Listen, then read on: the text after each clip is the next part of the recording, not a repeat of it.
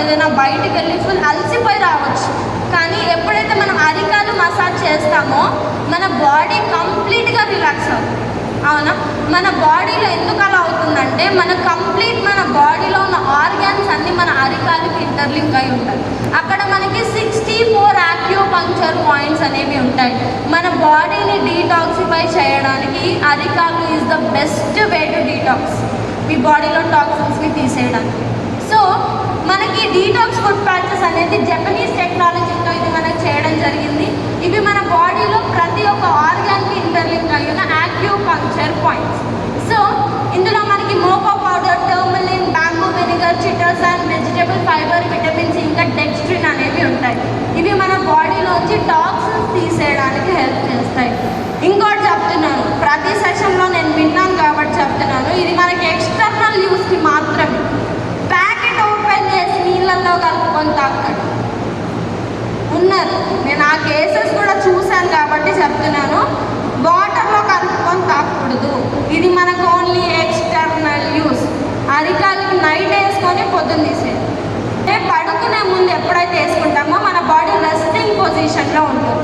అప్పుడు మనకి సర్క్యులేషన్ అనేది కూడా స్లోగా ఉంటుంది, స్టడీగా ఉంటుంది.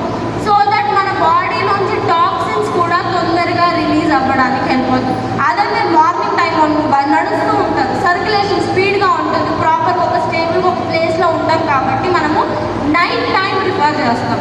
ఇంకొక కేసు కూడా విన్నాను ఏంటంటే, నైట్ వేసుకున్నారు, పొద్దున అలాగే మీటింగ్కి వచ్చేసారు. నైట్ వేసుకోవాలి, పొద్దున్న తీసారు. ఓకే, ఈ రెండు ఎందుకంటే వాటర్లో కలుపుకొని తాగిన వాళ్ళు ఉన్నారండి, నేను చూశాను. సో అందుకనే ప్రతి మీటింగ్లో డీటాక్స్ ఫుడ్ ప్యాచ్ గురించి నేను మరీ చెప్తున్నాను, ఓన్లీ ఎక్స్టర్నల్ యూస్. సో ఇది మీరు నైట్ టైం ఎప్పుడైతే అప్లై చేసుకుంటారో స్టార్టింగ్లో మీకు అది బ్లాక్గా అవ్వడం, వాటర్ డ్రిప్ అవ్వడం, స్మెల్ రావడం, అండ్ ఆల్సో స్లైడ్లీ ఉండడం మనం చూస్తుంటాం. ఎందుకంటే బాడీలోంచి టాక్సిన్స్ని తీసేస్తుంది కాబట్టి.